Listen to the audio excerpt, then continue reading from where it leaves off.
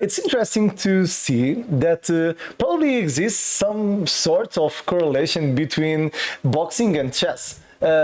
Boxing is physical and chess is mental, so they have one common thing. They are battles. And after analyzing the game between Mike Tyson and Arnold Schwarzenegger, I discovered yesterday that yeah, we have another legend that plays chess. So I'm talking about Lennox Lewis, and this guy is a legend too. So we are talking about a player that he has been.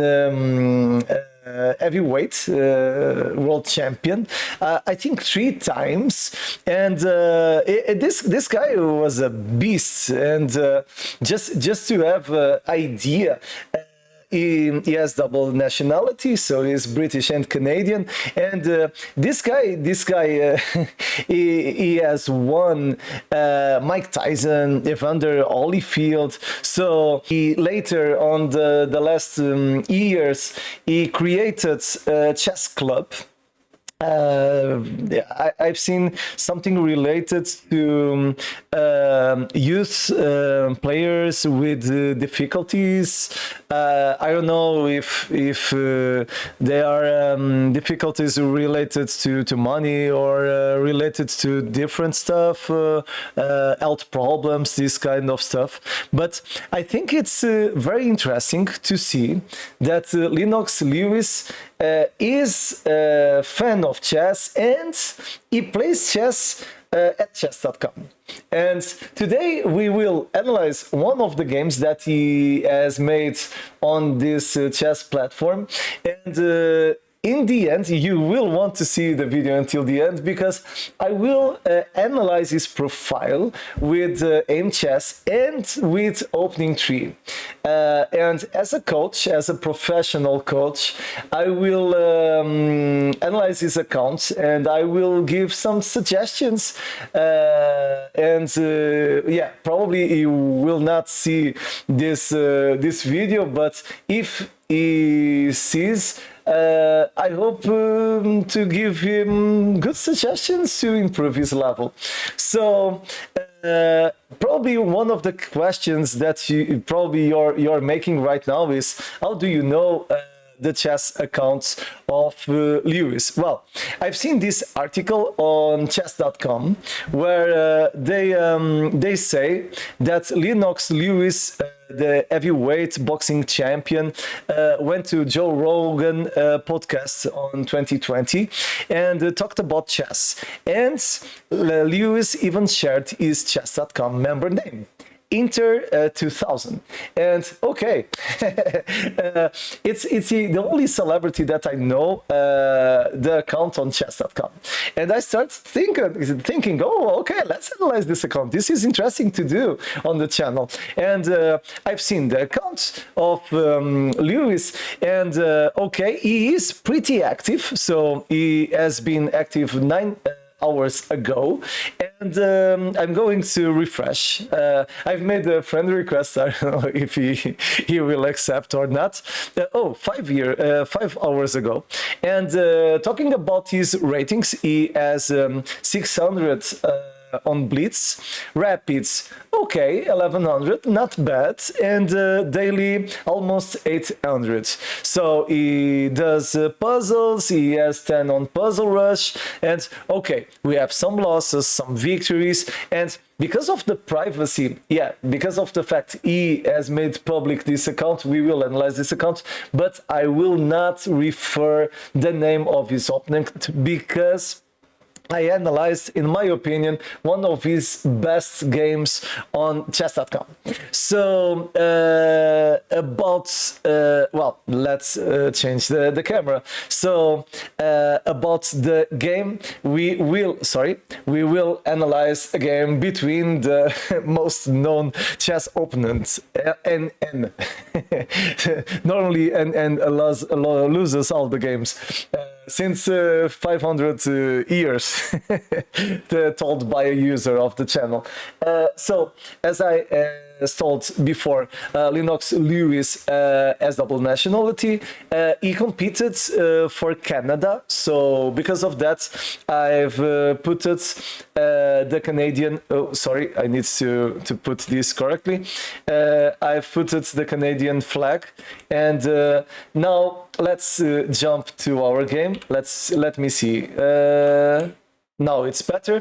And okay, on this game, Lennox Lewis with 612 is playing with white, and his opponent NNS 560. So this is a game that has been played on the last days, and it's very refreshing to be to see Lennox Lewis playing chess, because he plays every day, and right now he has 58 years old, so he competed on the years of Mike Tyson. So this guy is pretty strong, was pretty strong playing box, and he started with c4. It's interesting to see the approach of an former heavyweight world champion. And when he starts with c4, it's interesting because the approach of the English opening normally is a quiet one. So it seems like Lennox Lewis, it's a technical player. He doesn't like to take too many risks, and it's interesting to see because we are talking about a former heavyweight champion. So here Black has played c5, the symmetric variation, and after knight this will continue with queen to a4. Okay, it's interesting to see queen a4. I cannot say that this is a blunder, but it isn't the best approach because we want to put the pieces on the center. So these four squares are the most important, and we want to normally play this kind of stuff. For example, knight f3 with d3, e4 are possibilities, or knight f3, g3, bishop g2, and castle kingside are possibilities too. The important is that we want to control the center, and when we play queen to a4, it's not clear that this plan will do any kind of damages. So comparing to boxing, this is like attacking too soon or attacking without thinking in the defense. So when you attack, you can be punched in your face, so you need to be careful. So here Black continued with queen b6, and in my opinion probably isn't necessary to. Black can continue developing on the center. For example, e6 is possible, even e5, d6, g6. These are all possibilities. Important, we are playing the opening, so we want to develop quickly the minor pieces, so the knights and the bishops. Then we want to castle or kingside or queenside, and then we think about the middle game plans. So here a3, probably because he doesn't want to let the queen go to b4 to exchange, and after a6 the two players are analyzing each other. Like it's interesting to see. But here I need to say that it seems like Lennox Lewis has some technique, because he is evaluating everything with calm. He isn't rushing the game. Of course, queen a4 probably isn't the best move, but it isn't a blunder too. So this continued with queen to c7, and after g3, interesting move, Black continues to b6. Of course, here okay, White has played bishop f4, but even bishop g2, it's interesting because we are attacking the rook, and because of that we are maintaining the initiative. So this continued with bishop. Bishop maintains the initiative too, but the thing is that Black continued with queen to c6, and in my opinion e5 probably is a good approach, because I defend and I attack at the same time from this attack. So this continued with queen to c6. The idea is that the queen is attacking the rook and is is proposing the exchange of the queens, and after knight to f3, here takes, and this is very interesting by Lennox Lewis, because after this exchange, the knight is attacking b6, and it isn't easy to prevent the loss of this pawn. In my opinion, this pawn is lost. So if I was playing with black here, probably I would continue with bishop b7, and after knight takes, okay, this isn't easy, but yeah, probably bishop takes, pawn takes, and rook a7, and if bishop takes, we have this approach, rook b7. It isn't easy, it's messy for black, but okay, probably we can play this position with one pawn of disadvantage. But the thing is that black continued with the advancing of the pawn, and the problem is that now black will lose an entire piece. It's very interesting to see Lennox Lewis is playing with principles and with calm, and the technique is correct. I'm enjoying a lot to see this game. So this continued with bishop b7, and after takes bishop g2, it's correct because he doesn't want to break his pawn structure. So this continued with knight to g4, and after bishop takes knight, here Lennox Lewis is crushing his opponent. So the game is completely won. So this continued with bishop takes, and after knight plays to f6, the possession is easy. Very interesting. Here, again, we are talking about a former boxing champion. So it's easy to think that Lennox Lewis here would force another way of winning advantages. But here he is using a very correct principle. He is exchanging material. Why is that good? Simple, because in this moment, white is winning by 5 points. 5 full points. So because of that, if you exchange material, you will be simplifying the game, and the consequence is that your opponent will have less resources to create counterplay. So because of that, pawn takes, it's very correct. So after pawn takes, small detail, white has 2 pawns and black has 2 pawns on the queen side, but this one, according to Nizovic and my system, the book of Nizovic, this pawn is passed. And we have a very good way of trying to promote this pawn. For example, b3 and a4. And after pawn takes, this pawn will advance. And look, the bishop, the light square bishop, the black square bishop, all will help the promotion of this pawn. Here, he continued with a4. And okay, black has committed a small mistake, of course, because here pawn takes, rook takes, it's the best approach, but the thing is that the game is already lost. So because of that, okay, bishop takes, and now black will lose all the material and white will promote the pawn. So this continued with bishop d5, and are you seeing? Here, Lennox Lewis is playing very, very well. He isn't doing mistakes. So, rook takes, and the game is completely won for white. Here, important. Lennox Lewis is winning by 14 points. And you can think, okay, rook takes on g7 is terrible, but I don't think so, because we are humans, and when we play a chess, we want to cut with the counterplay of our opponent. What does Lewis think? Well, black has those 3, 4, 5 pawns, but those 3 pawns are on black squares, and I have a black squared bishop.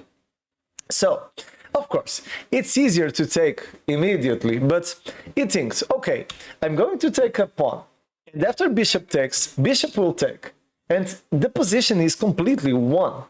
okay, I've lost some advantage points, but I'm still winning by 11 points, so the position is easy.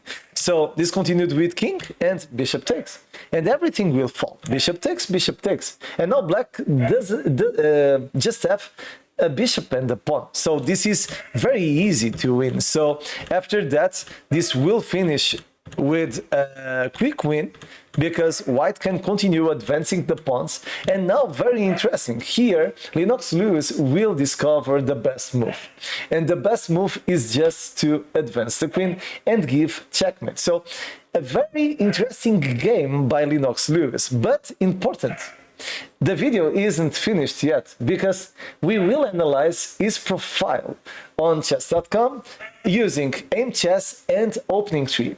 Now, it's important to evaluate his profile on aimchess. So, as a coach, as a professional coach, I'm very interested in evaluating the quality of Lennox Lewis on the different phases of the game. So let's jump to aimchess and let's see. So according to aimchess and according to the evaluation of the last 40 games, we can see that Lennox Lewis has potential to raise a lot his rating because, okay, the opening is 62, so it's 1% higher than his peers. The tactical too, it's 1% higher, and the endgame. This is impressive. This is impressive because he has more than 21% than his peers. Ou seja, sorry, I was talking in Portuguese right now. So this is very interesting. So when I see this kind of stuff, I forget to talk in English because this guy has a lot of potential to improve on chess. So one of the most difficult parts to evolve is the endgame, and this is one of his strengths. So very interesting about the capitalization. So if he has facility to win games, the way he attacks, he has 69, his peers 63%, so it's higher. So about the resources, he has more 10%. So and about the time management, okay, he isn't the best one, but it doesn't matter because he has 40%. So the ideal value is 40%, is 50%, sorry. So he is 10% less, but I think it isn't dramatic. It isn't very high. So very interesting. So according to this graphic, to these values, in my opinion, he has level at least to play to 800 or 900 on Blitz. So it's 200 points higher, in my opinion. So he plays better than his rating. So now let's check the quality of his openings. So this platform has two, but I want to see on openingtree. And well, this is the evaluation of his white games. And normally he plays e4. Okay, interesting. So he has almost 500 games. Important. I've put it just the games of this year, so 2023, the year 2023, and he normally plays with the king's pawn. And here I want to check what are his difficulties in the opening. So let's see. So e5, okay, almost 700. Here, okay, here it's 687, okay, 700, okay, okay, c5. He has difficulties playing against the Sicilian, and we see on the results 19 victories and 25 losses.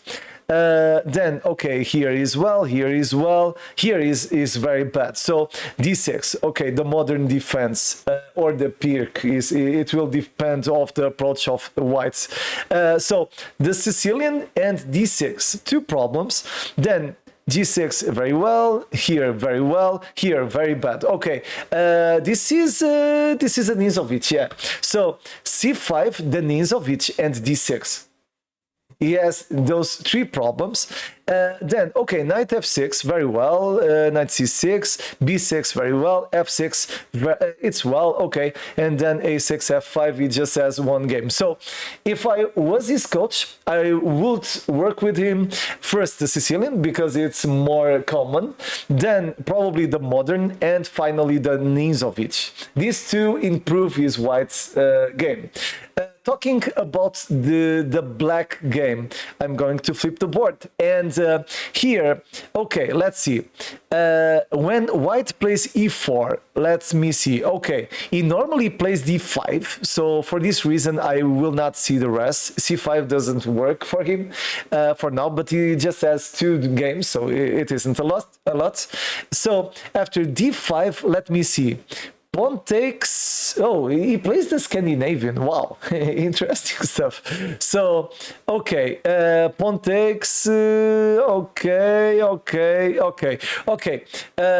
Yeah, here it's important to see, for example, d3 is a problem, then the rest. Okay, f3, incredible, because f3 is a blunder. Pawn takes, and queen after e5, probably queen check, I think. But here, important, if the white player plays solid variants, he will have difficulties. So this is interesting to see. So this is very interesting to see. So because of that, probably I would work the solid variants of the Scandinavian. In my opinion, probably for a player with less than 1000, I would suggest e5. E45, because the classical approaches normally are good approaches because you will improve the most common plans, and I think it makes sense to start with e5 until 1000, in my opinion, 1000 or even higher. So if pawn takes, here I want to see, okay, knight f6, e5, okay, e5, okay, bishop f5 is a problem. So here I would suggest just to take with the queen. I think probably it's easy. It's easier because the modern lines, okay, he doesn't play badly, but probably on the first phase, queen takes, knight and queen a5, and we need to see the most played variant of the Scandinavian, and probably later knight f6. Yeah, why not? Because knight f6 has a lot of theory. So let's see now d4. D4, he plays, oh, okay, he changes a little bit, so this may be because he has problems playing against the queen's pawn. So knight f6, very well. Okay, c5, d5 is a problem. Okay, according to those experiences, I would suggest knight f6 because it's one of his best openings. So knight f6 works pretty well for him, and after c4, okay, he likes to play against c4, bishop f4, okay, oh, okay, knight f3, he doesn't like to play against the London, so the London is a problem. So here probably on the first phase I would work that with him. So knight f3 is problematic. So we have seen some quick approaches and ways of training our game, using as reference Lennox Lewis account. So in my opinion, he is on the same level than Mike Tyson. We are talking about boxing champion that just has lost, I think, one combat, and I think he has lost one. I'm not certain, but and he has won more than 40 combats. So this guy is a living legend, and it's always good to see that the legends play chess. and I hope by some way, if you know him, I hope by some way he sees this video, and I hope my suggestions can help him to improve his level. He is a good player right now, and I love to know that he created a chess club and he is helping players that have necessities. So thanks, Lennox Lewis, because chess evolves with those kinds of players, players that help the others to evolve, and persons that love to play chess and don't have any problem to share his accounts, and don't have any problems to say his rating and this kind of stuff. So I hope you enjoyed this video. For today is all, and tomorrow we will be back to talk a little bit more about chess. Bye bye, till tomorrow.